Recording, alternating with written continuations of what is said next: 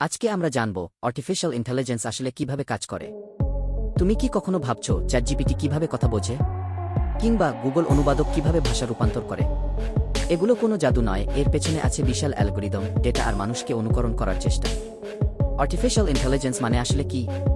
Artificial intelligence মানে হচ্ছে এমন কম্পিউটার সিস্টেম যা মানুষের মতো চিন্তা করতে পারে, যেমন শেখা, সিদ্ধান্ত নেওয়া, ভুল থেকে শিক্ষা নেওয়া, এইসব।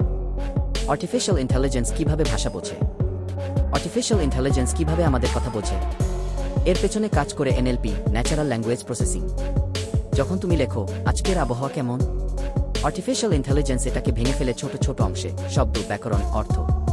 তারপর বিশাল ল্যাঙ্গুয়েজ মডেল যেমন জিপিটি ব্যবহার করে বুঝে নেয় তুমি কি জানতে চাচ্ছ। এরপর সেই প্রশ্নের জন্য সবচেয়ে সম্ভাব্য উত্তর তৈরি করে দেয়।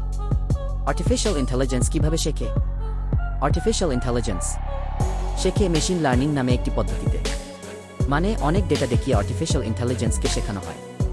যেমন যদি তুমি আর্টিফিশিয়াল ইন্টেলিজেন্সকে 1000টা বিড়ালের ছবি দেখাও, সে নিজে শিখে নেয় বিড়ালের মুখ কেমন, চোখ কেমন, লেজ কেমন।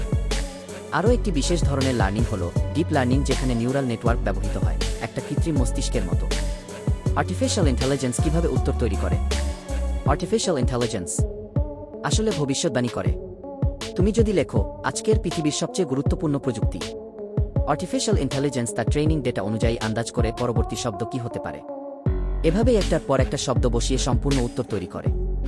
আর্টিফিশিয়াল ইন্টেলিজেন্স অনেক স্মার্ট হলেও এর কিছু সীমাবদ্ধতা আছে। এটা আসল বোঝে না, শুধু প্যাটার্ন ফলো করে। ডেটা ভুল হলে ভুল উত্তর দেয়।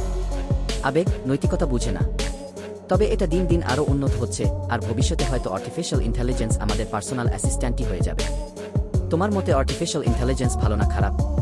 কমেন্টে জানাও। আর এমন সহজ ভাষায় ভিডিও পেতে চ্যানেলটা সাবস্ক্রাইব করো।